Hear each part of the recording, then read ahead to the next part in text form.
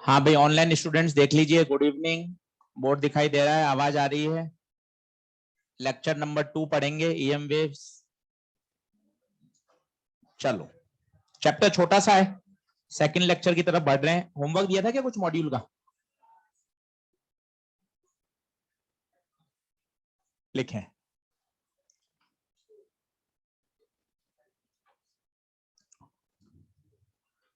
Hang डालिएगा। Concept of displacement current, आज यही सीखना है। लगभग 40-45 मिनट लगेंगे इसको समझने में, और फिर इस पर numerical. Concept of displacement current.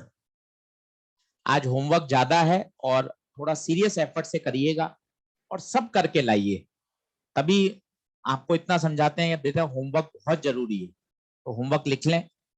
EM wave exercise 2 पूरी। और आप देखिए चैप्टर कितना छोटा है, दूसरा लेक्चर ही है और पूरी एक्सरसाइज 2 कर सकते हैं। मतलब पिछले 15 साल के सारे क्वेश्चन बन जाएंगे। एक्सरसाइज 2 पूरी, 14 प्रश्न एक्सरसाइज 2 में। एनसीईआरटी अनसॉल्व्ड सारे 8.1 से लेकर 8.10 तक, तो 14 और 10 24 ये होमवर्क है। और दोनों पूरी हो गई, इसका मतलब है चैप्टर आज ऑलमोस्ट खत्म है। ठीक है, तो अच्छे से करके लाना एक एक सवाल।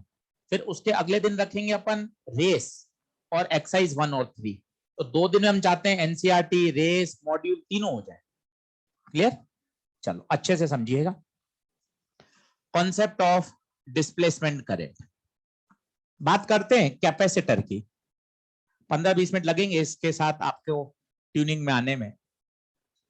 फिर शब्द आ गया ट्यूनिंग।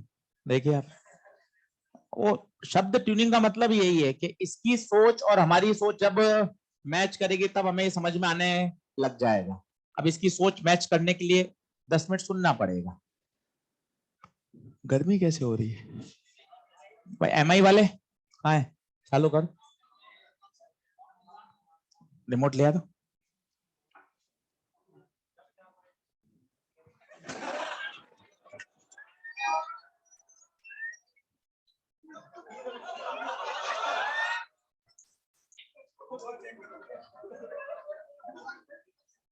आज मिलके जाना मुझसे क्लास में।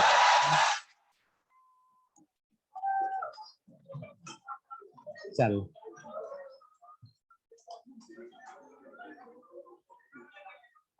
चलिए अब सीखें। एक कैपेसिटर की बात हो रही है, और ये कैपेसिटर की बात हो रही है ड्यूरिंग चार्जिंग। शब्दों को ध्यान दीजिएगा, किस समय? During charging. अब आप खुद कहां तक अपने आप सोच सकते हैं वो देखिए। क्या चार्जिंग के समय क्यू वही रहेगा या लगातार बढ़ता रहेगा? लगातार बढ़ता रहेगा, क्योंकि चार्ज हो रहा है। नाम ही कितना बढ़िया है, चार्जिंग मतलब क्यू बढ़ रहा है। इलेक्ट्रिक फील्ड अभी आपने पढ़ा नहीं है, पर जब आप कैपेसिटर पढ़ेंगे तो electric field between the plates थोड़ा बहुत याद हो तो सिग्मा बाय एप्सिलॉन नॉट होता है। तो सोचिए क्यू के बढ़ने से क्या इलेक्ट्रिक फील्ड भी बढ़ेगी? इसका मतलब electric field varies with time. क्या यहां तक ओके है क्या? एक एक बात समझिएगा तब आगे तक पहुंच पाएंगे। पहले ये देखिए, पहला शब्द किस समय की बात कर रहे हैं? चार्जिंग। चार्जिंग के समय क्यू बढ़ेगा, क्यू के बढ़ने से इलेक्ट्रिक फील्ड बढ़ेगा। तो मैंने बोल दिया इलेक्ट्रिक फील्ड कैसी है? टाइम के साथ क्या कर रही है? वेरी कर रही है। मैक्सवेल ने क्या किया, इस कैपेसिटर के बीच में एक मैग्नेटिक नीडल रख दी, और इस मैग्नेटिक नीडल में बच्चों क्या आ गया? डिफ्लेक्शन। और नीडल में डिफ्लेक्शन इस बात की गारंटी है कि there is magnetic field between the plates of capacitor. कितनी नई बात है। हमारी सोच क्या कह रही थी? कैपेसिटर की प्लेटों के बीच में सिर्फ क्या होती है? Electric field. पर मैक्सवेल क्या कह रहे हैं, और कह नहीं रहे, एक्सपेरिमेंटल से दुनिया को दिखा रहे हैं कि देखिए कैपेसिटर की प्लेट के बीच में नीडल रखने पे नीडल में क्या आ रहा है, जो इस बात की गारंटी है कि वहां पर क्या है, मैग्नेटिक फील्ड है। वापस यहां तक इस बात को फिर से समझते हैं, किस समय की बात हो रही है, ये मैं 5वीं बार बोल रहा हूं, इसका मतलब इसके पीछे कुछ ना कुछ अभी कॉन्सेप्ट आने वाला है। ड्यूरिंग चार्जिंग क्यू वेरी करेगा, इलेक्ट्रिक फील्ड वेरी करेगी। बोले तो electric field varies with needle रखी, नीडल में क्या आ गया, इसका मतलब वहां पर क्या है, मैग्नेटिक। एम्पियर्स को बुलाया गया, क्या हाँ भाई एम्पियर लॉ लगा के बताओ भाई कितनी फील्ड होगी। एम्पियर ने कहा ठीक है लगा लेते हैं भाई। किसी को याद हो एम्पियर लॉ, बोलो। Integration of B dot d l बराबर, याद है, सिग्मा आई एन क्लोज। यहां चाहिए फील्ड, यहां पर एक क्लोज एम्पियरन लूप माना,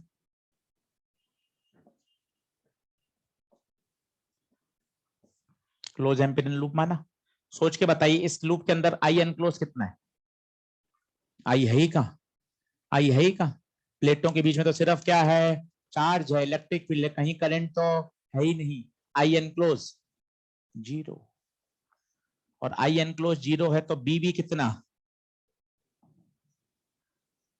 जबकि प्रैक्टिकल क्या कह रहा है वहां पर भी, किसको सही मानेंगे, थ्योरी को या प्रैक्टिकल को। विज्ञान प्रैक्टिकल के भरोसे चलता है भाई, प्रैक्टिकल से बाद में फिर कॉन्सेप्ट डेवलप होते हैं। प्रैक्टिकल क्या कह रहा है वहां पर फील्ड, एम्पियर क्या कह रहा है, आई एन क्लोज जीरो तो फील्ड तो, इसका मतलब ये गलत है, और वीकेंड से अधूरा है। इसके बाद मैक्सवेल आए, और मैक्सवेल ने सारी कमियों को पूरा करा और एक कॉन्सेप्ट दिया, concept of displacement current, concept of displacement current. और यहीं से उन्होंने सबसे पहले दुनिया को बताया था कि ईएमआई में आपने पढ़ा था, टाइम वेरिंग मैग्नेटिक फील्ड क्या पैदा करती है, इलेक्ट्रिक फील्ड। और उन्होंने सोचा क्या इसका उल्टा भी ट्रू है क्या, और इन्होंने मैक्सवेल ने बात सबसे पहले दुनिया को बनाई, time varying electric field can induce magnetic field. ये इस चैप्टर का पंच है, ये देखिए। इन शॉर्ट, कोई भी एक फील्ड का वेरिएशन दूसरी फील्ड को पैदा करता है। ये तो आप पढ़ के आ चुके हो ना ईएमआई में, तो ये 15 दिन हमने यही तो पढ़ा था कि जब जब मैग्नेटिक फ्लक्स चेंज होगा तब तब ईएमएफ आएगा, तब तब करंट आएगी, तब तब इलेक्ट्रिक फील्ड इंड्यूस होगी। इसका उल्टा, इसका उल्टा, time varying electric field can produce, कहां है इसका एग्जांपल, ये रहा, ये रहा। इसलिए मैंने आपको शब्द बोला था ड्यूरिंग, क्यों, अगर चार्जिंग नहीं होगा तो क्या होगा, मान लो कैपेसिटर फुल्ली चार्ज है, क्या होगा सोचिए, capacitor fully charge, Q constant, electric field, electric field में वेरिएशन नहीं होगा, नीडल में डिफ्लेक्शन ही, नीडल में डिफ्लेक्शन तब तक ही सस्टेन करेगा जब तक कैपेसिटर चार्ज या डिस्चार्ज हो रहा होगा। क्या डिस्चार्ज में भी बात सही रहेगी, बिल्कुल। आपको इतना समझाया था कि यार बेटा काम का शब्द क्या है, काम का शब्द बढ़ना या घटना नहीं है, काम क्या है, वेरी चेंज। बोली हाँ है क्या, ये लेवल 1 पहला पत्थर आपको हमने अभी आपके दिमाग में रखा है कि प्रैक्टिकल कह रहा है वहां पर क्या है, फील्ड है, पर एम्पियर कह रहे हैं वहां पर फील्ड, इसका मतलब एम्पियर अधूरा है, यहाँ पे कुछ ना कुछ कमी है, उस कमी को किसने दूर किया, अब वो पढ़ेंगे कॉन्सेप्ट ऑफ डिस्प्लेसमेंट, लिखना चालू करें। अभी 30 से 40 मिनट लगेंगे, 40 मिनट बाद फिर बात करेंगे कि कितना समझ में आया। इस बात के साथ फ्लो आने में थोड़ा और समय दीजिए, पहले लिखिए फिर एक बार और सुनते हैं।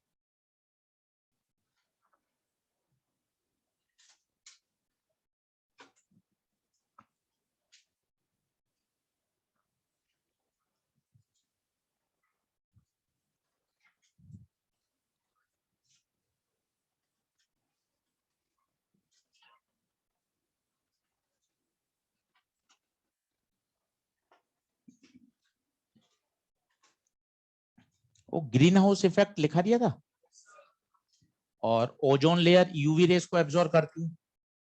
ठीक है, 4 क्वेश्चन बनते हैं वहां पर, ओजोन लेयर, ग्रीन हाउस, और एक बनता है वो माइक्रोवेव ओवन, और एक ऊपर से नीचे जाने पर लैम्डा कम होता है। कुछ कुछ वेवलेंथ के ऑर्डर भी याद कर लीजिए, आज दिखा देता हूं। एक्सरे के, गामा के, सारे मत याद करो, आज 2 याद करो, कल फिर 2 याद करना। इस पूरे का एक पंच है जो आप बोल सकते हो, किसी भी एक फील्ड में वेरिएशन दूसरी फील्ड को पैदा करता है। पता है, ये नेचर की सिमेट्री है। इलेक्ट्रिक फील्ड का variation magnetic field, magnetic field का variation electric field.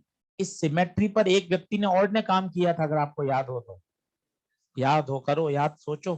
De Broglie ने, डी ब्रोगली ने एक हाइपोथेसिस दी थी घर पर बैठे बैठे पीएचडी करते समय, क्या? वेव पार्टिकल ड्यूलिटी, याद है? उन्होंने क्या कहा था कि जिस प्रकार लाइट के पास वेव नेचर है, उसी प्रकार पार्टिकल के पास भी वेव नेचर होना चाहिए। और उसको कई साल बाद डेविसन जर्मन ने इसको एक्सपेरिमेंटली वेरीफाई किया था कि डी ब्रोगली जो कह रहे थे बिल्कुल सही था। इलेक्ट्रॉन के पास कैसा नेचर है? Wave nature.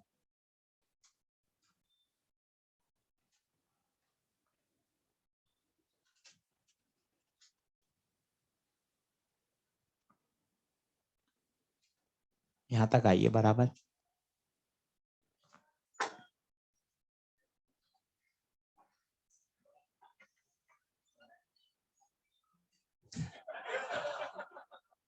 बंद, ठीक है।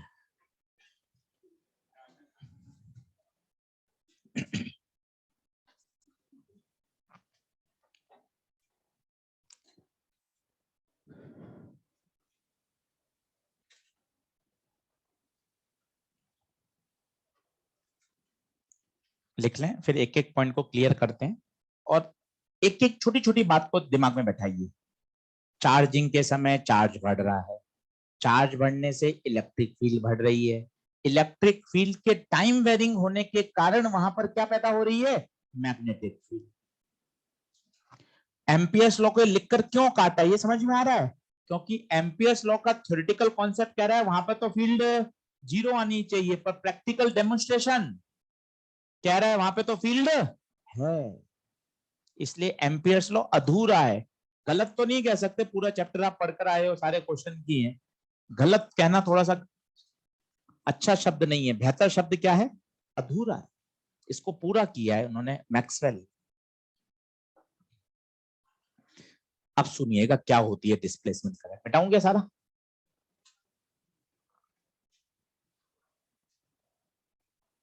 ये ड्यूरिंग चार्जिंग छठी बार क्यों बोल रहा हूं? क्योंकि ये सारा काम चार्जिंग या डिस्चार्जिंग के समय ही होगा। क्यों? कारण उस समय ही इलेक्ट्रिक फील्ड का क्या होगा? वेरिएशन।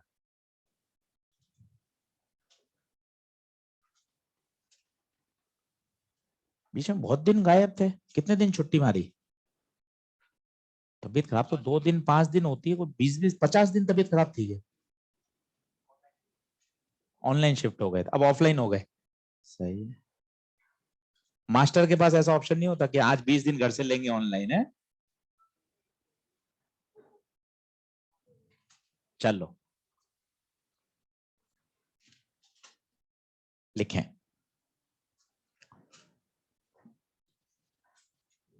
अब सुनना थोड़ा सा, ये हुई पहली दिमाग में पहली लेयर क्लियर, कि हाँ कैपेसिटर की प्लेटों के बीच में इलेक्ट्रिक फील्ड का टाइम के साथ वेरिएशन हो रहा है, और टाइम के साथ वेरिएशन क्या दे रहा है? Magnetic field. और इस बात का डेमोन्स्ट्रेशन है, नीडल में क्या आ रहा है? डिफ्लेक्शन। ये पहली बात क्लियर हुई।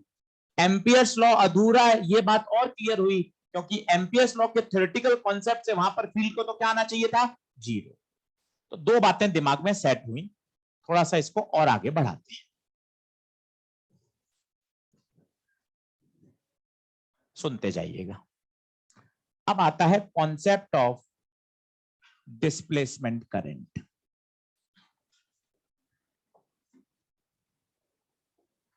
अब क्या है डिस्प्लेसमेंट करंट वो सुनिए।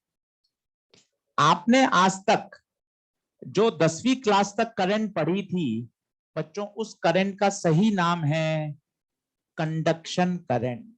क्या नाम है? Conduction current. आज तक जो आपने 10वीं क्लास में पढ़ी है, वायर में जो करंट फ्लो होती है, हम इतने समय से पढ़ रहे हैं, सर्किट में करंट फ्लो कर रही है, वायर में करंट फ्लो कर रही है, जैसे ही आपने स्विच ऑन किया इस वायर में करंट फ्लो कर रही है, ये कैसी करंट है? इसे बोलते हैं कंडक्शन करंट। कंडक्शन करंट मतलब इसके फ्लो होने का कारण क्या है? Flow of electrons. इसको फ्लो करने के लिए चाहिए मीडियम। मीडियम है, कॉपर का वायर है, कॉपर के एटम्स हैं, उस कॉपर के अंदर फ्री इलेक्ट्रॉन्स हैं, और वो फ्री इलेक्ट्रॉन्स क्या कर रहे हैं? करंट को फ्लो करवा रहे हैं। तो आप आज तक जो भी करंट बोल रहे हो वो कौन है? Conduction current. यहां आईसी है, यहां आईसी है। फिर जरा सोचिए कितना मामला गड़बड़ चल रहा था मैक्सवेल से पहले, इसको मैंने ब्लैक बॉक्स में डाल दिया। सुनिए, यहां दो, यहां दो, तो बीच में भी कितनी होनी चाहिए? दो। किरचॉफ लॉ, इनकमिंग बराबर। पर यहां कंडक्शन करंट कहने में शर्म आ रही है। क्यों आ रही है? यहां एयर है, और एयर होता है इंसुलेटर। एयर इंसुलेटर है, यहां कंडक्शन करंट फ्लो ही नहीं हो सकती। पर अभी देखिए डिसकंटिन्यूटी हो रहा है मामला। यहां 10 आ रही है, 10 यहां जा रही है। पूरा चैप्टर आप पढ़ रहे हो, 10 आ रही है, 10 आ रही है। तो सर यहां क्या है सर? सर यहां कंडक्शन बोल दूं? नहीं, कंडक्शन नहीं बोल सकते। क्यों? कंडक्शन को कर चाहिए के लिए मीडियम चाहिए, इलेक्ट्रॉन चाहिए, यहां ऐसा कुछ भी नहीं है। पहली सोच। दूसरी सोच, क्या यहां मैग्नेटिक फील्ड आ रही थी क्या? हाँ, नीडल में तो क्या आ रहा था? डिफ्लेक्शन आ रहा था। अच्छा, नीडल में डिफ्लेक्शन आ रहा है, इसका मतलब मैग्नेटिक फील्ड है। और क्या मैग्नेटिक फील्ड करंट के कारण पैदा होती है क्या? हाँ, पूरा चैप्टर पर क्या है, वायर में करंट फ्लो कराते थे, थक थक नियम लगाते थे, क्रॉस आया और डॉट आया। इसका मतलब दो बातें समझिए। पहली बात, डिसकंटिन्यूटी, दो आ रही है, दो जा रही है, तो बीच में पता नहीं। दूसरा, नीडल में क्या आ रहा है? नीडल में आ रहा है डिफ्लेक्शन, मतलब इस मैग्नेटिक फील्ड के भी कॉरेस्पॉन्ड कोई ना कोई तो करंट, और उस करंट को क्या बोला गया? डिस्प्लेसमेंट करंट, जिसका फॉर्मूला दिया गया epsilon naught d phi by d t. जरा सोच के बताइए, आईडी बड़ा है या कंडक्शन बड़ा है? मजा आ जाएगा। डिस्प्लेसमेंट और कंडक्शन दोनों ही बराबर हैं। अब ये सोच बोलते ही सारी समस्या खत्म हो गई। अब आप देखिए, यहां कितनी? कंडक्शन, यहां कौन? डिस्प्लेसमेंट, और वापस कंडक्शन। कंडक्शन, डिस्प्लेसमेंट, कंडक्शन, और दोनों ही बराबर। क्या किरचॉफ का लॉ वैलिड हो रहा है क्या? बिल्कुल। ये 2 एम्पियर आई, यहां वापस 2, इधर यहां से 2 आई, वापस 2। इसका मतलब डिस्प्लेसमेंट बराबर कंडक्शन। और सरल शब्दों में, सर बहुत सरल लेवल पे बोलिए, सरल लेवल पर, वायर में कौन सी करंट? कंडक्शन। कैपेसिटर की प्लेटों के बीच में डिस्प्लेसमेंट। बोलिए हाँ है क्या? सर ये फॉर्मूला कहां से आ गया? वैसे तो आवश्यकता नहीं है, 12th लेवल पर सिखाते हैं। 3 नंबर का क्वेश्चन आता है, बता देता हूं। Step number 1, electric field between the plates, sigma by epsilon naught. फिर बताइए इलेक्ट्रिक फ्लक्स, याद हो आपको तो E into A. Electric flux आ गया Q अपॉन एप्सिलॉन। डिफरेंशिएट कर दीजिए, d phi by d t, epsilon बाहर, d q by d t, d q by d t I. इसको वहां भेज दीजिए। कोई आवश्यकता नहीं है, इसलिए लिखने की जरूरत नहीं है, डायरेक्ट याद करें। Displacement current epsilon naught D five by d T. एक फॉर्मूला और दे सकते हैं, सोचिए, Q बराबर क्या होता है? CV, जब कैपेसिटर की बात चल रही है। डिफरेंशिएट करिए, d q by d t, C बाहर, d v by d t, d q by d t I. ये कौन है? ये rate of change of potential. क्या पोटेंशियल भी वेरी करेगा क्या? बिल्कुल वेरी करेगा। पूछो क्यों वेरी करेगा? इलेक्ट्रिक फील्ड वेरी कर रही है। इलेक्ट्रिक फील्ड के वेरिएशन से पोटेंशियल वेरी करेगा, पोटेंशियल के वेरी करने से डिस्प्लेसमेंट करंट का जन्म होगा। क्या कुछ कुछ बातें क्लियर हो रही हैं? एम्पियर भी सही हो गए, देखिए सब सब काम आसान कर दिया मैक्सवेल ने, केवल एक थ्योरेटिकल कॉन्सेप्ट देकर, डिस्प्लेसमेंट करंट। अब आप देखिए मॉडिफाइड एम्पियर्स लॉ, ये कितना मस्त काम कर रहा है। Integration of B dot d l mu naught sigma, I ना लिखकर लिख दिया आई सी प्लस, काम खत्म। सोचो कैसे बढ़िया काम करेगा। मान लो मुझे यहां लगाना है, यहां टक टक टक टक टक टक टक टक टक टक लूप लिया, बताओ कौन सी लोगे? आईसी, इस समय आईडी जीरो, मस्त फील्ड आएगी। यहां लगाना है, अब बताइए कौन सी करंट लेंगे? आईडी, इस समय आईसी, दोनों समय करंट एनक्लोज होगी और दोनों समय फील्ड निकलकर आएगी। एग्जैक्ट सारी बातें आसान। सरल शब्दों में फिर से आइए, वायर्स में कौन सी करंट? कंडक्शन। कैपेसिटर की प्लेटों के बीच में डिस्प्लेसमेंट। दूसरी बात, क्या किरचॉफ लॉ वैलिड है? बिल्कुल वैलिड है। आईसी बराबर, क्या कंसिस्टेंसी आ गई क्या? हाँ, उससे पहले मामला कठिन था, कितना बोलना अटपटा रहा होगा, जरा आप सोचिए कितनी हवाबाजी चलती होगी। ये 2 एम्पियर, ये गायब और ये वापस। क्या है यहां पर? जवाब नहीं था किसी के पास। 2 एम्पियर कहने में शर्म आ रही है। कंडक्शन क्यों? क्योंकि कैपेसिटर की प्लेटों के बीच में क्या है? एयर, और एयर कौन है? इंसुलेटर, वहां कंडक्शन करंट फ्लो। तो जवाब नहीं था पर काम चल रहा था। परंतु जैसे ही डिस्प्लेसमेंट करंट का कॉन्सेप्ट आया, अब सब चीजें बिल्कुल सेट हो गई। बताइए 2 एम्पियर ही वास्तव में कौन है? डिस्प्लेसमेंट बराबर कंडक्शन। किरचॉफ लॉ भी मस्त वैलिड हो रहा है। इस प्लेट में लगा के देखिए, इनकमिंग बराबर, इस पे लगा के देखिए इनकमिंग बराबर, सब मामला सेट। एम्पियर्स लॉ भी परफेक्ट काम करने लगा। अब आई की जगह हटा दिया आईसी प्लस। क्या एट ए टाइम दोनों है क्या? ना सर, वायर में लगाऊंगा तो कंडक्शन, कैपेसिटर के प्लेटों के बीच में डिस्प्लेस। बोलिए क्लियर है क्या? लिखना चालू करिए। अब तीसरी बार सुनोगे ना तो और क्लियरिटी से बात समझ में आ जाएगी फाइनल। पहले 5 मिनट अटपटा लग रहा था, अब थोड़ा थोड़ा आपको समझ में आने लगा कि हाँ सर, डिस्प्लेसमेंट करंट वास्तव में कैपेसिटर के प्लेटों के बीच में होती है। और ये किस समय होगी? During charging. अब आपको एक बढ़िया बात सिखाता हूं, थोड़ी सी कठिन है पर सीख जाओगे तो मजा आ जाएगा। देखना, एक आपने शब्द पढ़ा था क्या, capacitor block DC? Block DC का मतलब क्या होता है? डीसी को पास होने, पर वास्तव में ऐसा होता नहीं है। कुछ क्षण तक तो कैपेसिटर को वो क्या कर देता है? पूरा चार्ज। जैसी फुल्ली चार्ज हो जाता है उसके बाद करंट फ्लो होना बंद हो जाती है। अब देखो इसका दूसरा एक्सप्लेनेशन, मजा आ जाए, सीखना। जब ये फुल्ली चार्ज हो गया, कोशिश करना बोलने की, जब ये फुल्ली चार्ज हो गया तो चार्ज का वेरिएशन होना बंद हो गया। चार्ज का वेरिएशन बंद हो गया मतलब डिस्प्लेसमेंट करंट जीरो। और सोचिए अगर डिस्प्लेसमेंट करंट जीरो है तो कंडक्शन को भी तो जीरो होना पड़ेगा, क्योंकि कंडक्शन बराबर डिस्प्लेसमेंट। कोशिश करो समझने की, मजा आ जाएगा। जैसे ये पूरा चार्ज हो जाएगा, सर्किट में करंट फ्लो होना बंद हो जाएगी। और आप अपने तरीके से सोचना चाहते हो पिछले चैप्टर से, वैसे भी सोच सकते हो। एक्सी बराबर 1/ओमेगा, डीसी की frequency X C becomes infinite, current becomes. आज दूसरे तरीके से सोचो, मजा तो तब है पढ़ने का कि सर अब मैं दूसरा व्यू दे रहा हूं आपको। सोचो, जब ये कैपेसिटर पूरा चार्ज हो जाएगा, इसकी प्लेटों पे charge constant, electric field constant. Electric field constant मतलब डिस्प्लेसमेंट करंट जीरो, और डिस्प्लेसमेंट करंट जीरो तो कंडक्शन करंट को भी जीरो होना, क्योंकि दोनों हमेशा बराबर। अब आप सारी सोच कहीं से भी मिलाइए, सब मैच करेंगी।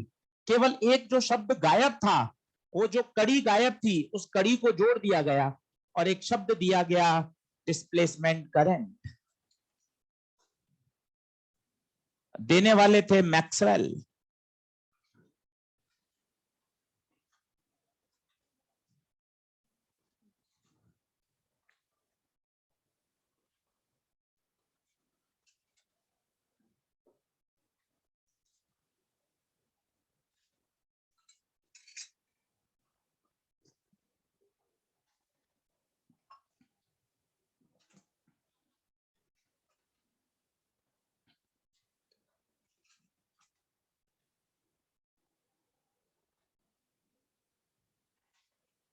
बढ़ू,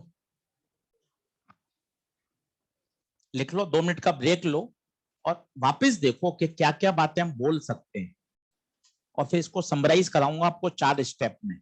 फिर आपको 2 पेज पढ़ने की जरूरत नहीं पड़ेगी, उन 2 पेज 4 लाइन में सब कुछ आ जाएगा।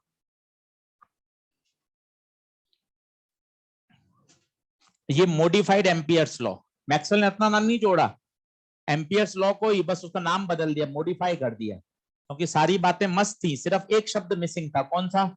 Displacement current.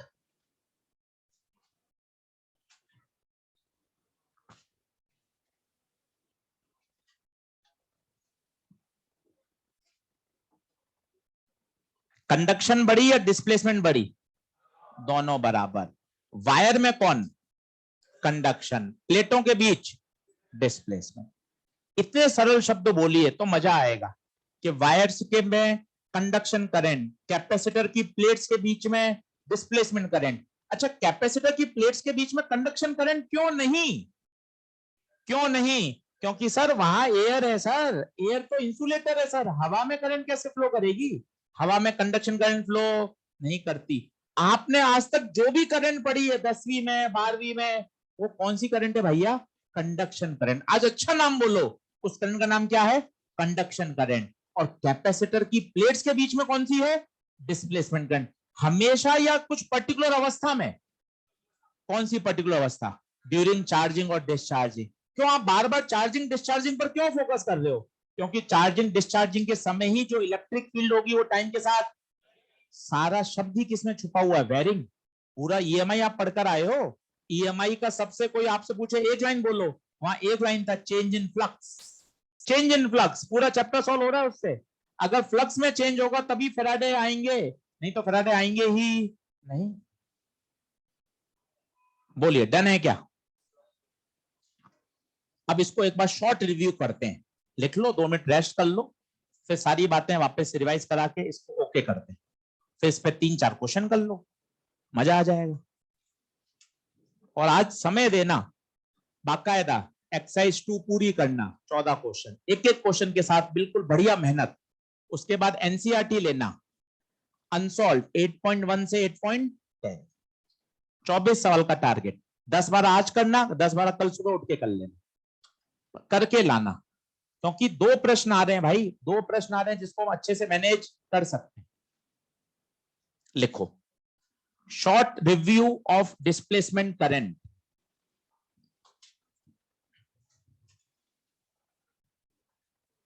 Short review.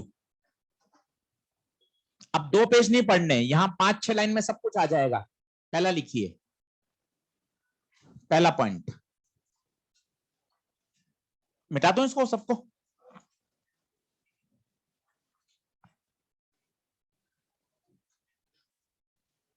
पहला पॉइंट लिखें, ड्यूरिंग चार्जिंग,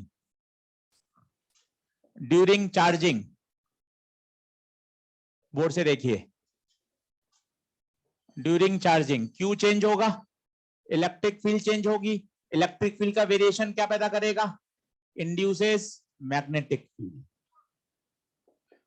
पहला पॉइंट तो ये लिखिए, क्यू बढ़ेगा, ई बढ़ेगा, मैग्नेटिक फील्ड इंड्यूस होगी, और फिर आएगा यही डिस्प्लेसमेंट करंट, जिसका फॉर्मूला पहला epsilon naught d phi by d t, और दूसरा C dV by d T.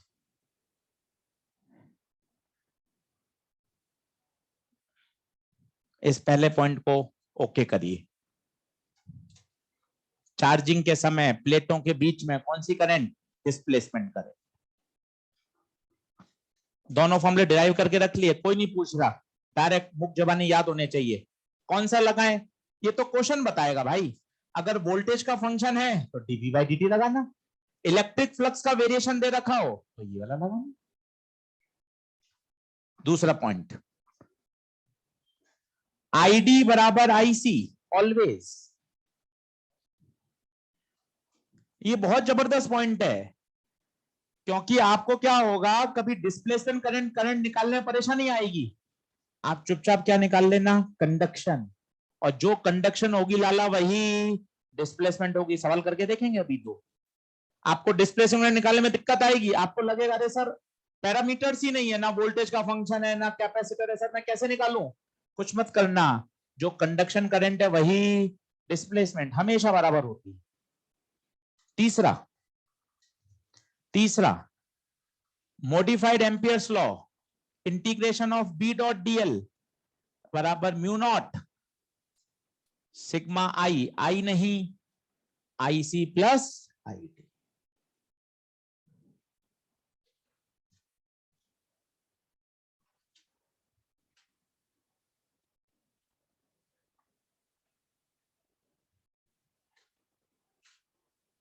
ये सब कुछ आ गया जो आपने पिछले 30 मिनट में 35 मिनट में सीखा, और खत्म उसी लाइन से करिए जो सबसे आसान है, जो दिमाग एक बार में खुश होगा। वायर में कौन सी करंट और कैपेसिटर के बीच में, बस बात खत्म। ये सबसे आसान शब्द है जिससे आप फुल स्टॉप लगा सकते हो। और किरचॉफ लॉ बढ़िया वैलिड है, इनकमिंग बराबर बाहर कंडक्शन अंदर डिस्प्लेसमेंट, फिर वापस कंडक्शन। करें क्वेश्चन, लिखे।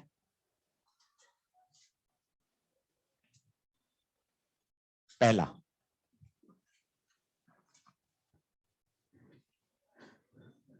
in the given situation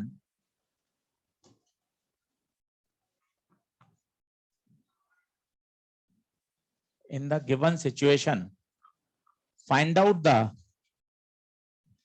displacement current.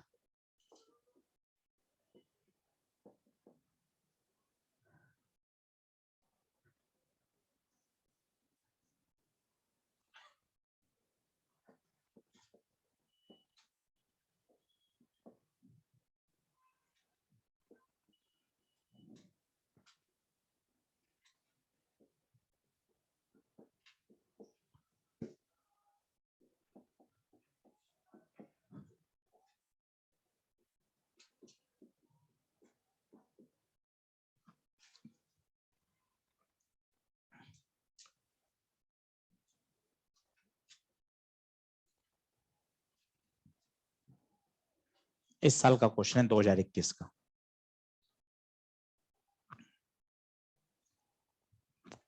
Displacement current ऊपर बताइए कौन सा लगाना पसंद करेंगे,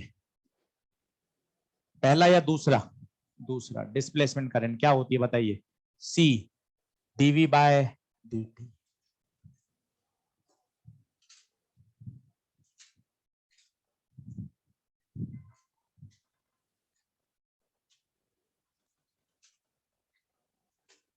कितना? C d by d t, V naught sine omega t, V naught भार, साइन ओमेगा टी का बताइए? कॉस ओमेगा टी इनटू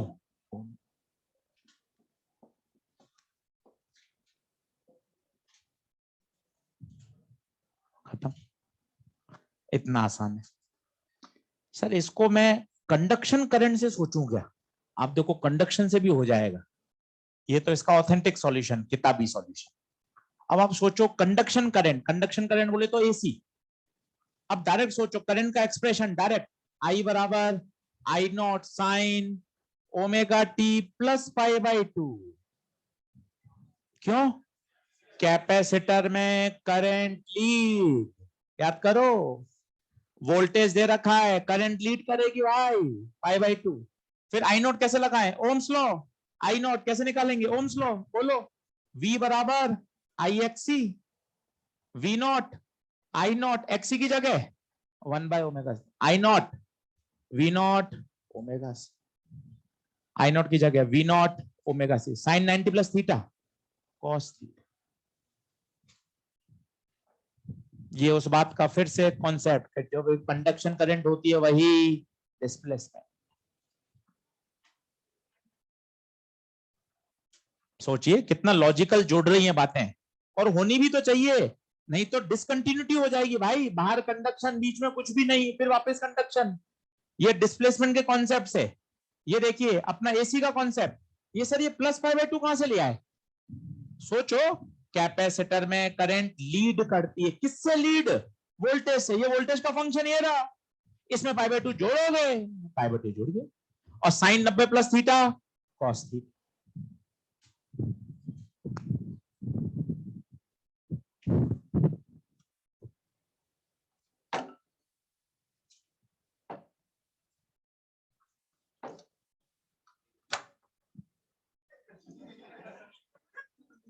चलो क्लियर। फिर लिख लीजिए, यहां भी कंडक्शन करंट बराबर डिस्प्लेसमेंट करंट, दोनों अलग मेथड है। और ये बात आज कम से कम 5-7 बार लिख लीजिए कॉपी में, अलग अलग सवाल में, कि अगर आपको कंडक्शन निकालने में समस्या आ रही है, डिस्प्लेसमेंट निकाल लो, डिस्प्लेसमेंट में समस्या आ रही है, कंडक्शन निकाल लो, दोनों ही बराबर हैं, देख लो आप।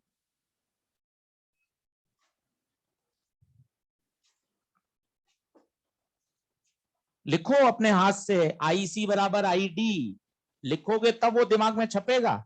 ये तो पावर है लिखने की, जितना लिखोगे उतना लंबे समय तक याद रहेगा। अगला लिखिए,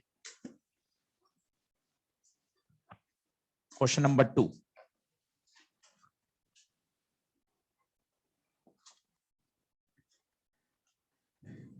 ये सर्कुलर प्लेट्स हैं कैपेसिटर,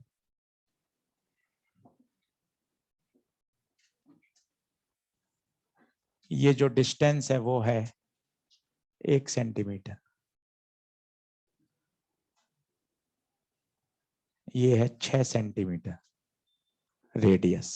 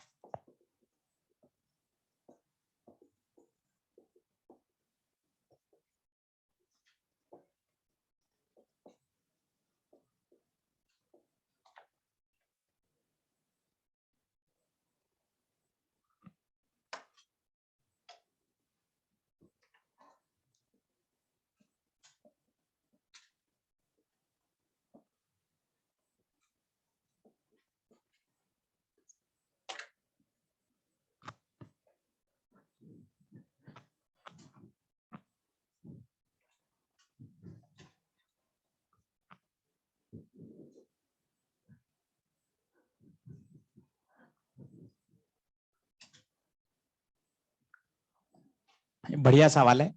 ये एनसीईआरटी के 2 क्वेश्चन को कंबाइन करके एक बना दिए, घर जाके आपको दोनों मिलेंगे।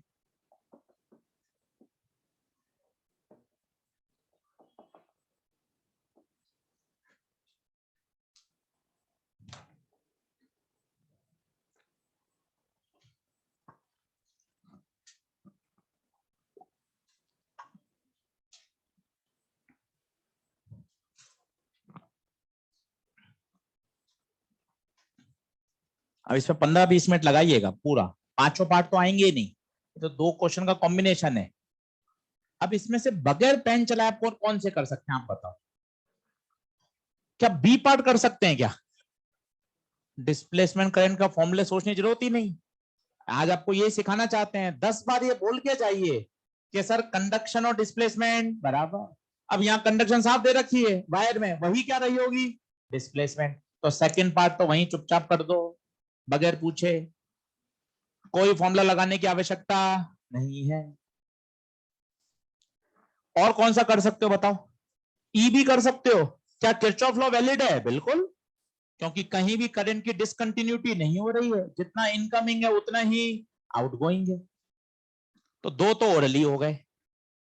पहले का मैंने हिंट लिख रखा है, वो हिंट इसलिए लिखा है क्योंकि अभी हमने कैपेसिटर पढ़ा नहीं है। ये आप कर सकते हो। कैपेसिटेंस का formula A epsilon naught by d, area pi r square, area pi r square. Radius कितनी दे रखी है? रेडियस 6 सेंटीमीटर, उसको मीटर में कन्वर्ट करें। एप्सिलॉन नॉट याद होना चाहिए 8.85, डिस्टेंस 1 सेंटीमीटर। पाई को पाई रखना, पाई में ही आंसर चाहिए, बाकी मल्टीप्लाई कर लेना।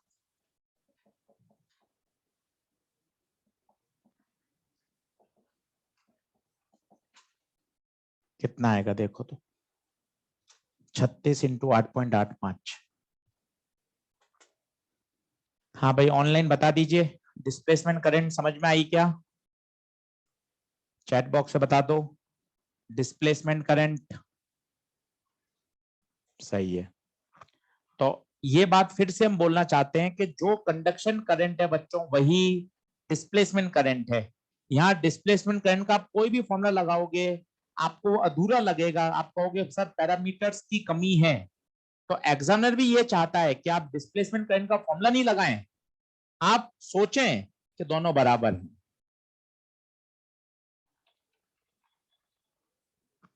मल्टीप्लाई किया क्या किसी ने? 318 319 ऐसे कुछ आता है ना, 318 पाई। पहला भी ओके हो गया। सी कर सकते हो क्या अपने आप?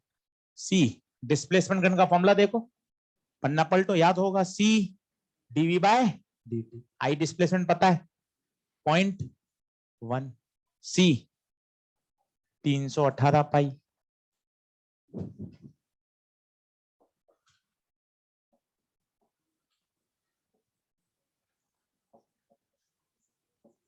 ऐसे ही छोड़ दीजिए, कैलकुलेशन की जरूरत नहीं हाल फिलहाल। सबसे जबरदस्त जो है वो है डी, इस पे लड़ाई करनी पड़ेगी 10-12 मिनट। और आज करके देखना आप कि एक्सरसाइज 2 के कितने सवाल बन रहे हैं 2 लेक्चर पढ़ने के बाद, एनसीईआरटी कितनी बन रही है, और करके लाना कल, क्योंकि 15-20 मिनट का ही टॉपिक बचा है, 1 घंटा सिर्फ क्वेश्चंस करेंगे। अब ये 3 सेंटीमीटर कहां है पहले तो लोकेट कर लो। एक्सिस से 3, ये एक्सिस है, इससे 3।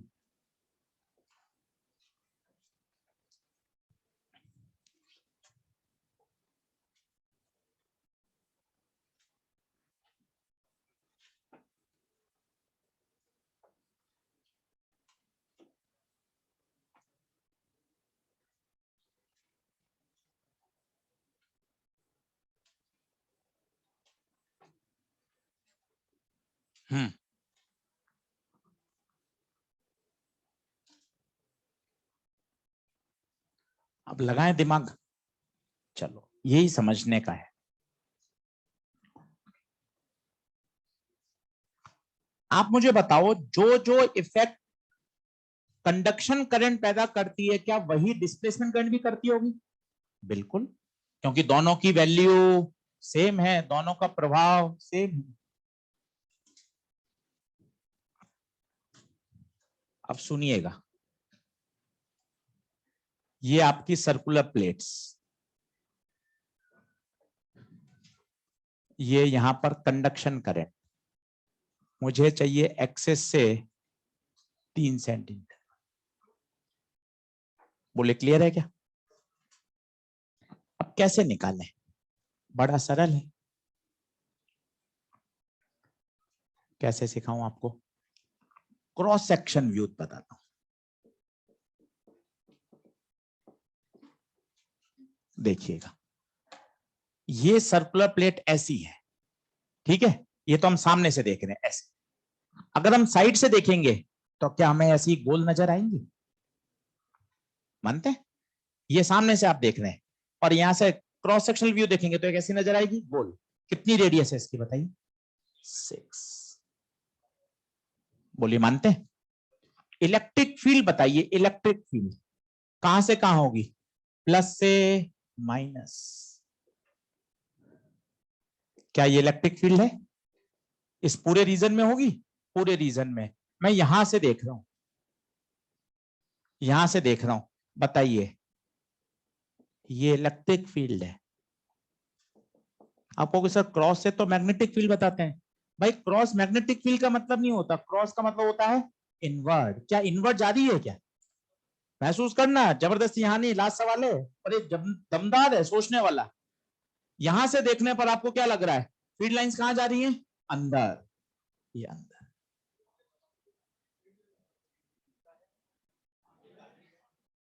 क्या हुआ? अच्छा, वापस वापस। सर्कुलर प्लेट्स दिखाई दे रही हैं। इलेक्ट्रिक फील्ड बताइए कहां से कहां है, प्लस से माइनस। ये तीर के निशान क्या बता रहे हैं, तीर के निशान इलेक्ट्रिक। सोच के बताइए इसकी मैग्नेटिक फील्ड कैसी होगी। मैग्नेटिक फील्ड सर हमें नहीं पता सर कैसी होगी, आप इस वायर से जस्टिफाई कर लो। आप डिस्प्लेसमेंट करंट से नहीं सोच पा रहे, क्या इस वायर से जस्टिफाई कर सकते हैं क्या? हाँ, कैसे? क्या इसमें करंट मैग्नेटिक फील्ड होगी क्या? बिल्कुल होगी। कैसे बताइए?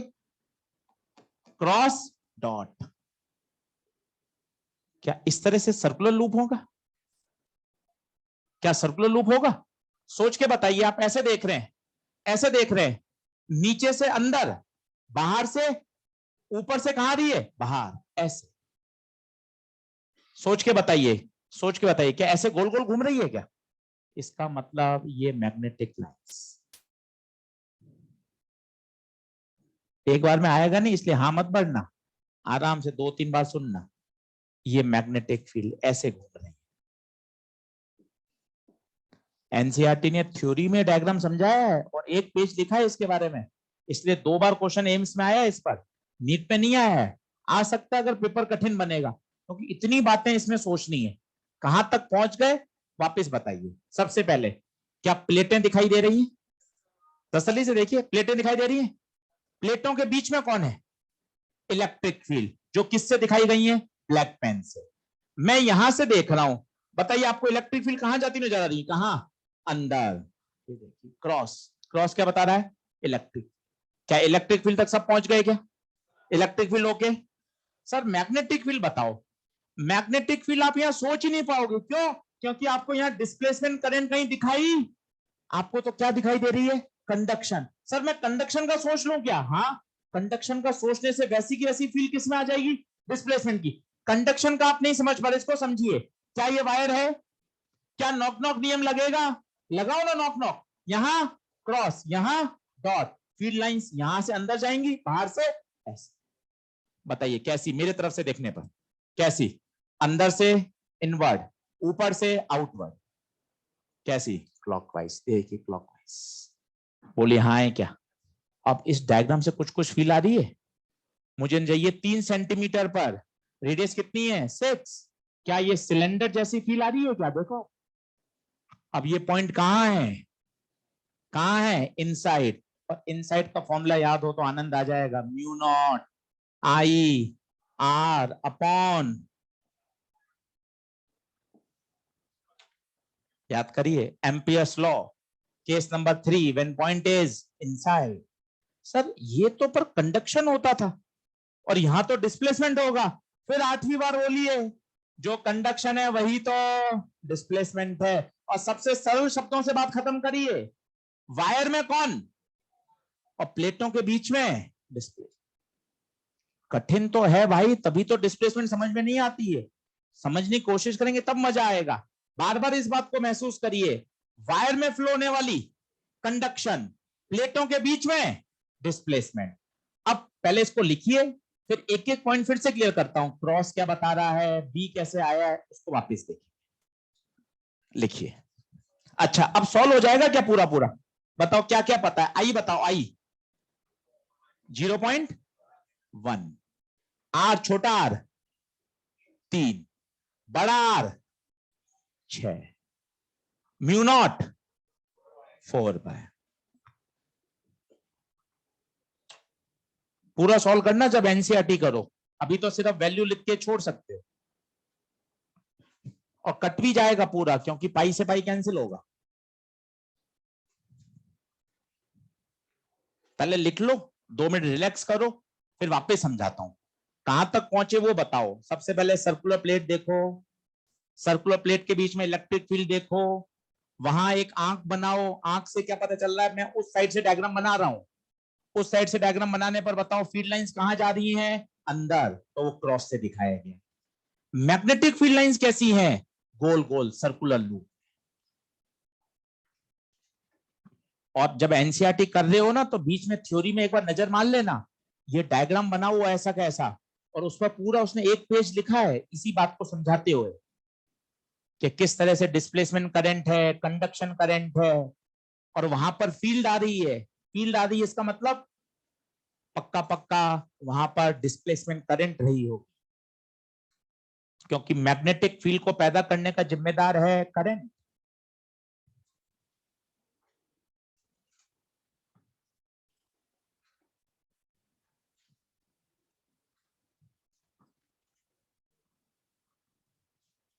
बाकायदा लिखना, क्रॉस इलेक्ट्रिक फील्ड है, नहीं तो 10-15 दिन बाद कॉपी खोलोगे तो क्रॉस आपको मैग्नेटिक फील्ड लगेगा। क्रॉस इलेक्ट्रिक है, मैग्नेटिक तो सर्कुलर लूप में घूम रहा है।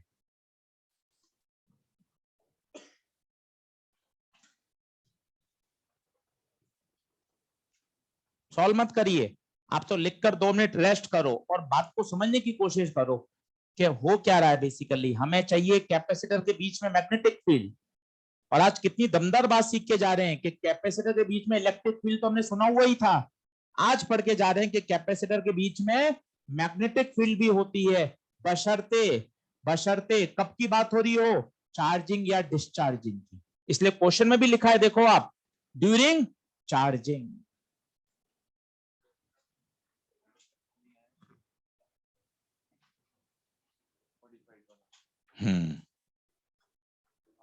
उससे भी आंसर आ जाएगा ना, क्योंकि वो जो आई डिस्प्लेसमेंट है ना, वो 6 सेंटीमीटर में बटी हुई है, यही आएगा वो, बिल्कुल। अच्छी बात बताइए, कहना चाहता है बालक कि सर मैंने तो बी डॉट डी एल बराबर म्यू नॉट सिग्मा ई लगाया, इससे भी आंसर आ जाएगा। क्यों, इसमें डिस्प्लेसमेंट करंट लेनी पड़ेगी, पर डिस्प्लेसमेंट करंट कहां बटी हुई है, पूरे 6 सेंटीमीटर में। हमें कहां चाहिए, 3 पर। पता है कौन सा मेथड लगाना पड़ेगा, यूनिटरी। याद करिए, पाई आर स्क्वायर में आई, यूनिट में आई बाय पाई आर स्क्वायर, तो पाई आर स्क्वायर में सेम आंसर आएगा। आप देखना, डेरिवेशन ऐसे ही करते थे, तो बस इतनी जरूरत नहीं है, आवश्यकता नहीं, ये डायरेक्ट याद होना चाहिए।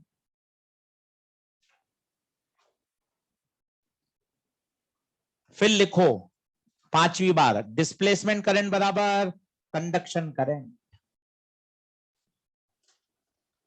अब बताओ मुझे कौन सी बात फिर से समझाऊं।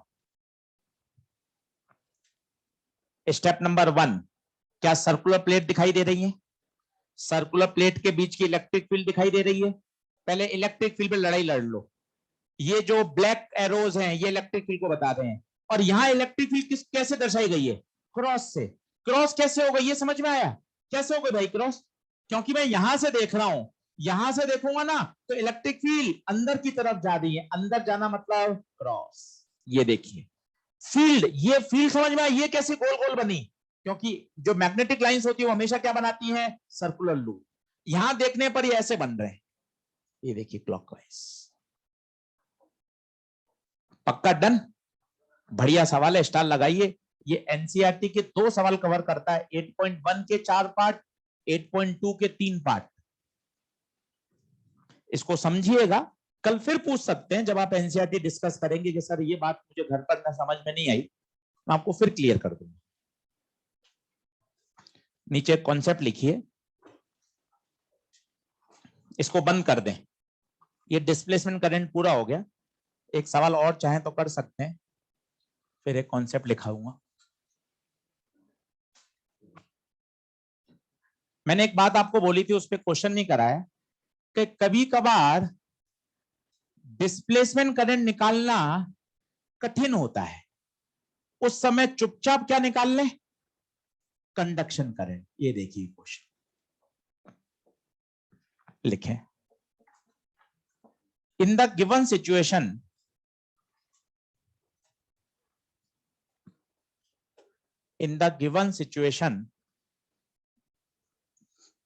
find out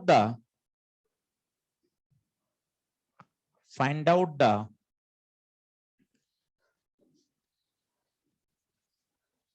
displacement current, या find out the peak value of displacement current,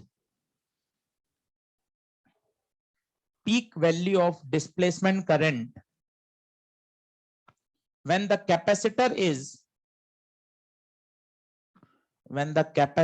is 50% charged.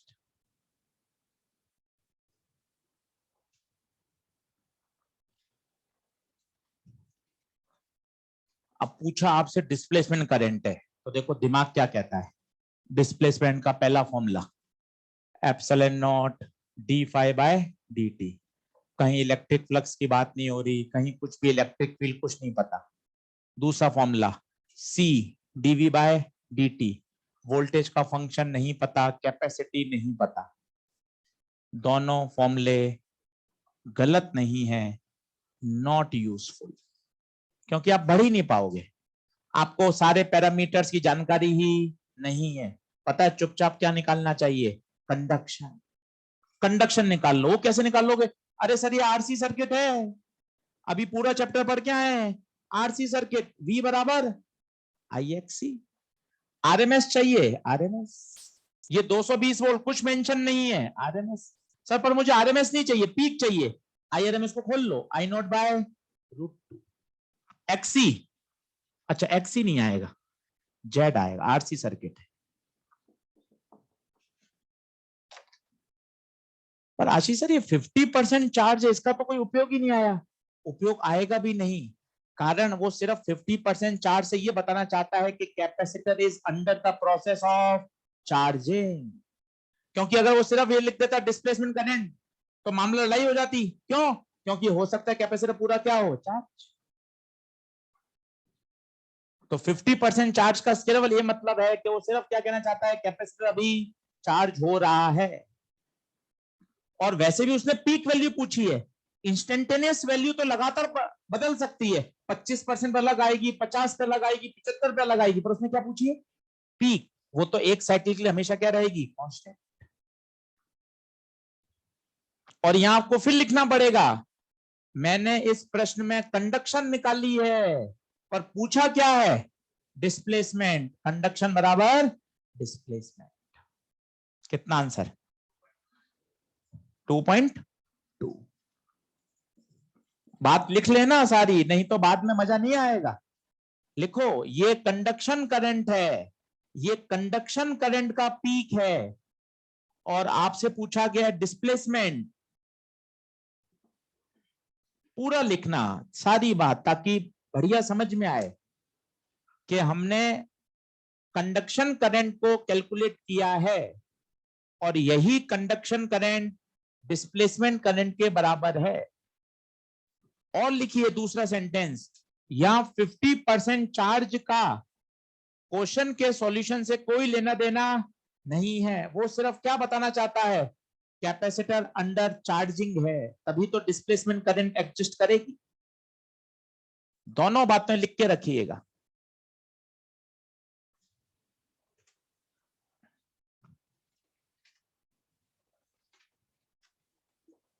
बोलो, बनी क्या बात? थके नहीं हो तो 10 मिनट और पढ़ा दूं, पक्की बात? चलो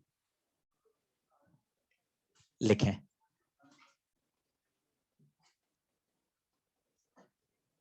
आपके 1:30 बजे के आए हो, थकान हो जाती है। 10 मिनट तो चल जाएगा, ठीक। तेज बोल। अच्छा 8 बजे तक क्यों, कौन पढ़ाता है लास्ट में?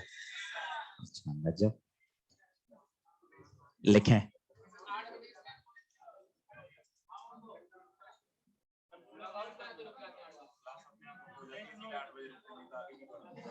बहुत बढ़िया।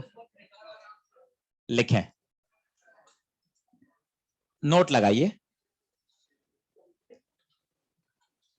लिखिए since magnetic lines of forces,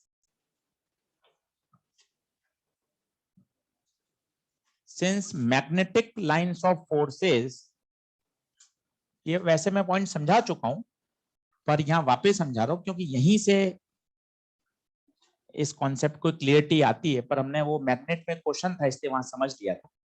since magnetic lines of forces always form closed loop, always form closed loop, therefore magnetic flux through any closed loop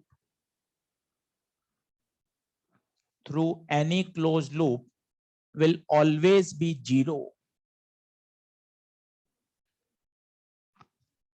अब इस बात को बढ़िया समझिएगा, अब थोड़ा और दमदार समझ में आएगा। जो मैग्नेटिक लाइंस ऑफ फोर्सेस होती हैं वो हमेशा क्या बनाती है पता है आपको? हमेशा क्लोज लूप। पूरे आपने चैप्टर में पढ़ा कि हमेशा वो क्या बनाती हैं? Close loop. चाहे वायर की हो, चाहे बार मैग्नेट की हो, क्या ये भी क्लोज लूप है? हाँ, नॉर्थ से निकलती हैं, साउथ में आती, पर कहानी खत्म नहीं हुई, साउथ से नॉर्थ। देखिए ये भी क्या है? Close loop. तो magnetic lines of force always form close loop. Clock, anti clock, जो आपकी इच्छा हो बना सकते हैं। अब कॉन्सेप्ट क्या है वो सुनिएगा, वो दमदार है। अच्छा, ये कहीं से कोई ओरिजिनेट नहीं है, कहीं से कोई टर्मिनेट नहीं है, क्या बनाती है? हमेशा क्लोज लूप। अब कोई भी एट रैंडम आप लूप बना लीजिए, जैसा आपका हाथ चल जाए, कोई भी एट रैंडम लूप ले लीजिए, कोई भी एट रैंडम लूप ले लीजिए। देखिए किसी भी लूप में आप देखिए, जितना फ्लक्स एंटर कर रहा है उतना ही फ्लक्स लीव कर रहा है। चेक करिए किसी भी लूप में। इस वाले लूप में देखिए 3 लाइन एंटर कर रही हैं और 3 लाइन ही लीव कर रही हैं। इसमें देखिए 2 एंटर 2 लीव, इसमें देखिए 2 एंटर 2 लीव। तो हमेशा जो फ्लक्स होगा, फ्लक्स क्या होता है याद करिए? B dot A. लूप के लिए फ्लक्स हमेशा जीरो, हमेशा जीरो। किसी भी लूप के लिए देख लीजिए। तो सर ऐसा काम क्या इलेक्ट्रिक फ्लक्स में नहीं होता क्या? सर वहां भी होता होगा, चेक कर लेते हैं, तुक्के क्यों मारे। ये 2 चार्ज, ये प्लस से लाइंस निकलती हैं, ये प्लस से लाइन निकल रही है। ये पता है ऐसे मोड़ क्यों होती, सीधी क्यों नहीं बनाई? क्योंकि इस प्लस के रिपल्शन वो क्या हो जाएंगी, थोड़ी सी मुड़ जाएंगी। अकेला प्लस बनाता ना तो बिल्कुल सीधी सीधी निकालता। थोड़ा समझ के बनाइए। ये वाली लाइंस आज की तरफ रही थी, पर ड्यू टू रिपल्शन ये थोड़ी सी क्या हो गई। अब आप लूप बनाइए। ये आपने लूप बनाया, चार्ज को एनक्लोज करता हुआ, किसी एक चार्ज को एनक्लोज करता हुआ, दोनों को एनक्लोज करता हुआ। यहां जीरो नहीं है, देखो आप बड़े वाले में देखो, लाइन सिर्फ बाहर बाहर ही निकल रही है। इसमें देखिए यहां भी लाइन सिर्फ बाहर निकल रही है, इनकमिंग बराबर आउटगोइंग नहीं है। तो यहां तो फ्लक्स आएगा और बिल्कुल आता है। आपने तो गॉस पढ़ी है ना। इस लूप का फ्लक्स पूछा आउटर का, बताओ। Q enclose upon epsilon not कितना है? Q1 plus Q2। इस वाले लूप का बताओ, Q enclose upon epsilon not कितना? Q2 batch.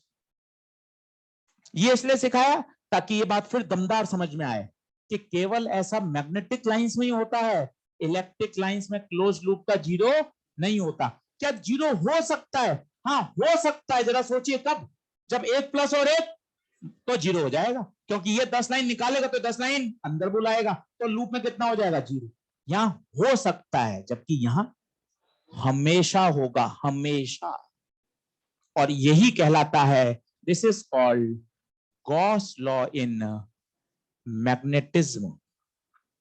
जबकि वहां का गॉस लॉ आपने पढ़ा है, वो क्या था? Integration of e dot d a बराबर क्यू एनक्लोज अपॉन, ये कहलाता है गॉस लॉ इन इलेक्ट्रोस्टैटिक, लिख लीजिए। और यहीं से बात पता चलती है, मोनोपोल डज नॉट एक्सेस। अकेला plus Q minus Q exist करता है, पर अकेला नॉर्थ और अकेला साउथ कभी एग्जिस्ट नहीं कर सकता, क्योंकि फ्लक्स हमेशा लूप में कितना होगा, 0।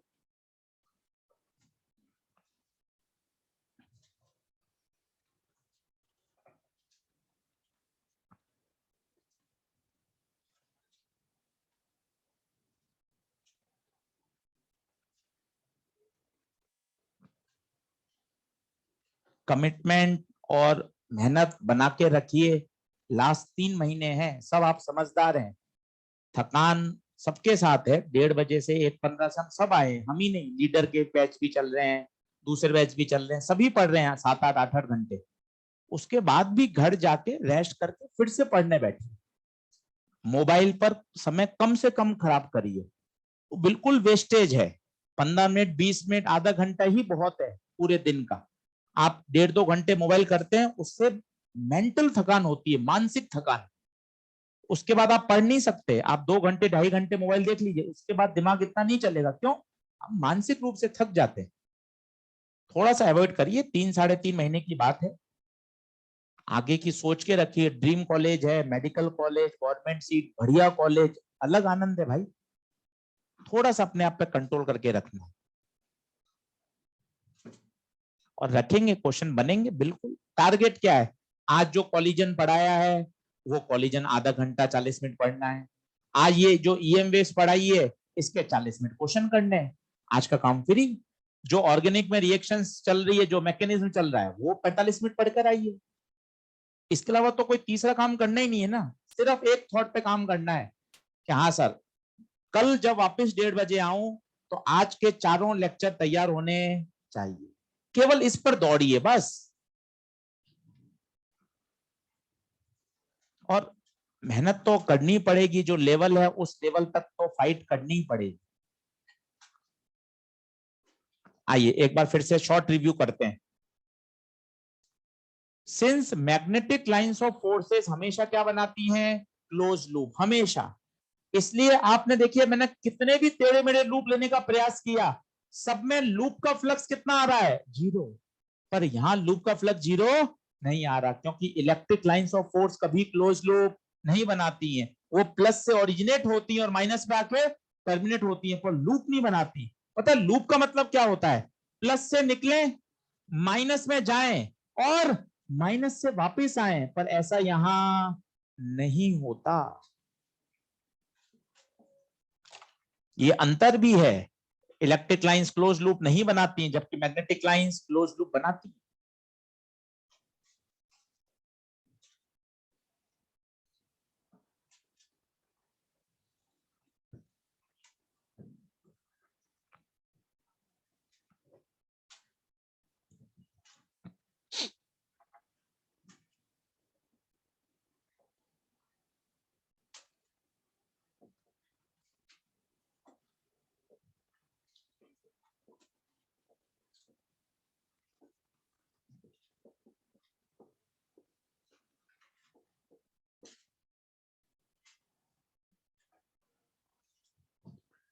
अब मैक्सवेल तक जितनी बातें इलेक्ट्रोमैग्नेटिज्म में पढ़ाई जाती थी, इलेक्ट्रो में, मैग्नेट में, ईएमआई में, सारी बातों को उन्होंने केवल 4 इक्वेशन में समराइज कर दिया। और चारों आपने पढ़ी हुई हैं, देखते जाइएगा। पहली, integration of e dot d a बराबर q upon epsilon naught. This is called Gauss law in electrostatic. पढ़ा हुआ है पूरा एक चैप्टर, इस पे आपने मेहनत करी। किसी पर मैक्सवेल का ठप्पा नहीं लगाया, बस सारी इक्वेशन को एक साथ अरेंज किया जो आपस में इंटर रिलेशन बताती है। दूसरा बताया, बी डॉट डी ए हमेशा क्या होगा, 0। This is called Gauss law in magnetism. तीसरा, एम्पियर्स लॉ को सही किया और उस आई की जगह क्या लिख दिया, IC plus IT। This is called modified Ampere's law. कहीं मैक्सवेल का नाम नहीं है, बस सारी इक्वेशन को रीअरेंज कर दिया। और चौथा ईएमआई में पढ़ा था, induce EMF minus d phi by, और ई को भी लिख सकते हैं अगर आपको इलेक्ट्रिक फील्ड में लिखना आता, हमने सीखा था ई डॉट डीएल।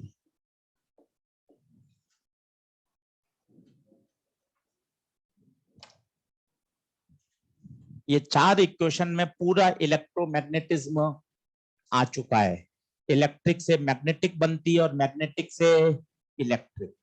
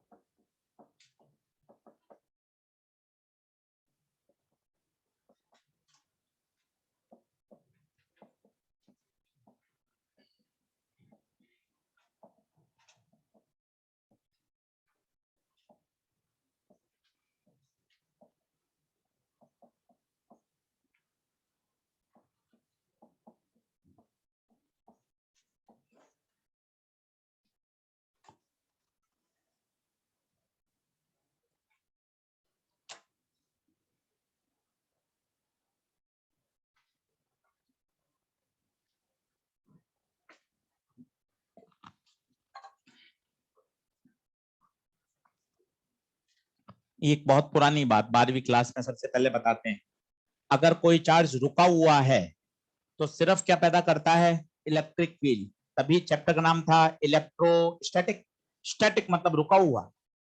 फिर हमने पढ़ा मैग्नेटिक फैक्ट। अगर कोई चार्ज मूव कर रहा है, इलेक्ट्रॉन मूव कर रहा है, इलेक्ट्रॉन के मूव करने से करंट फ्लो होती है, करंट फ्लो होगी तो क्या पैदा होगी, मैग्नेटिक फील्ड। पर ये इलेक्ट्रॉन कांस्टेंट वेलोसिटी से मूव कर रहा था, तो दोनों जो फील्ड पैदा होती है वो कांस्टेंट होती है। और तीसरा सबसे important, if charge particle is accelerating. सोचिए एक्सिलरेटिंग अगर होगा तो क्या पैदा करेगा, ईएम वेव्स। क्यों करेगा, इस बात को थोड़ा समझते हैं और लिखते हैं।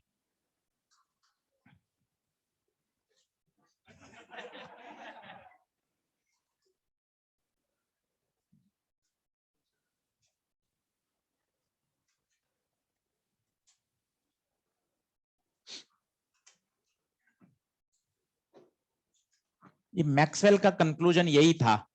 वास्तव में इसको, इसका कोई मैथमेटिकल एनालिसिस तो हमारे सिलेबस में नहीं है, पर इसको एक रफ आइडिया से समझ सकते हैं। रफ आइडिया क्या है वो सुनिए। जैसे कोई चार्ज एक्सीलेट कर रहा है। अब सोचिए अगर चार्ज एक्सीलेट कर रहा है, सुनिए अगर वो चार्ज है तो पक्का पक्का वो क्या पैदा कर रहा होगा, इलेक्ट्रिक फील्ड।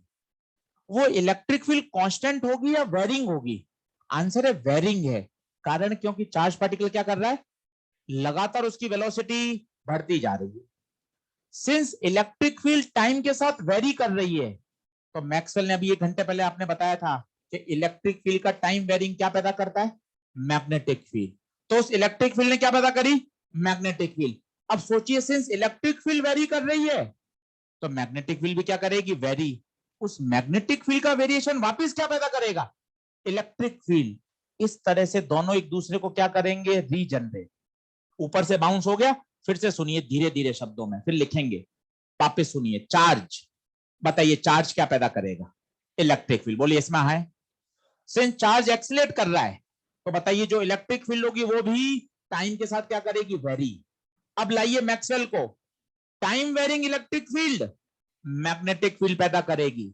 अब लाइए फैराडे को, मैग्नेटिक फील्ड का वेरिएशन इलेक्ट्रिक फील्ड पैदा करेगा। कंक्लूजन बताइए, both the fields regenerate each other. और इस तरह से ईएम वेव्स क्या करेंगी, प्रोपोगेट।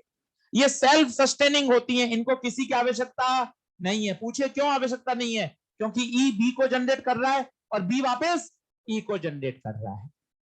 इस बात को लिखें, फिर वापस समझाता हूं। लास्ट है, लास्ट है, लिखें। लिखिए when charge particle accelerates, with in bracket लिखिएगा ऑसिलेट्स, ऑसिलेट करता है उसको भी एक्सीलेशन बोलते हैं, क्योंकि oscillation is an example of accelerated charge particle. पूछिए कैसे एक्सीलेशन आता है? एक चार्ज पार्टिकल एक्सीलेट कर रहा है या कोई पार्टिकल एक्सीलेट कर रहा है, ऑसिलेट कर रहा है, जरा सोचिए, वो इधर से इधर जाएगा, इधर से इधर आएगा। सोचिए जब वो इधर से इधर जा रहा है तो उसकी स्पीड लगातार, तभी तो यहाँ पे आके स्पीड क्या होगी? जीरो। पक्का पक्का उस पर एक फोर्स लग रहा होगा, कहां? Towards the mean position. याद करिए। सोचिए जब वो वापस इधर आ रहा है तो धीरे धीरे वो स्पीड अप हो रहा है, क्योंकि मीन पर आते आते उसकी स्पीड मैक्सिमम हो जाएगी। तो बताइए under the action of force है या नहीं है? है। इसलिए कहा जाता है एक ऑसिलेटिंग चार्ज भी, एक ऑसिलेटिंग चार्ज भी क्या कैसा होता है? एक्सिलरेटेड। वापस बोलता हूं, लिखिए इस बात को, when charge particle accelerates, with in bracket oscillates, bracket बंद,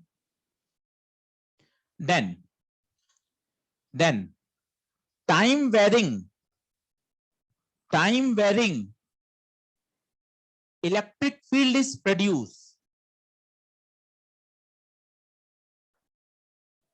time varying electric field is produced, which in turn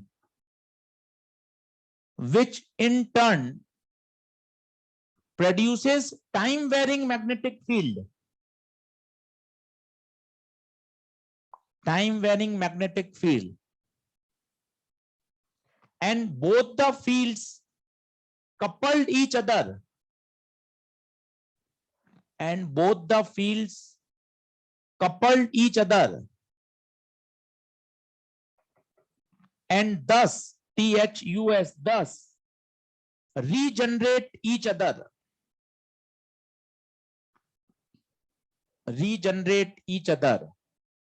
and the EM waves start propagating.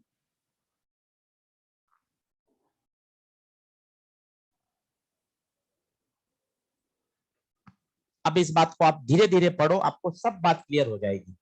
Charge particle accelerate कर रहा है, उसने क्या पैदा करी? Electric field.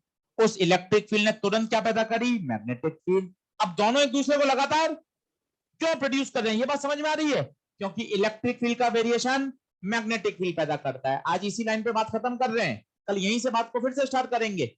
इलेक्ट्रिक फील्ड का variation magnetic field पैदा करता है, मैग्नेटिक फील्ड का वेरिएशन दोनों एक दूसरे को सेल्फ सस्टेन करते हुए रीजनरेट करते रहेंगे, और ईएम वेव्स एक जगह से दूसरे स्थान पर क्या करेगी?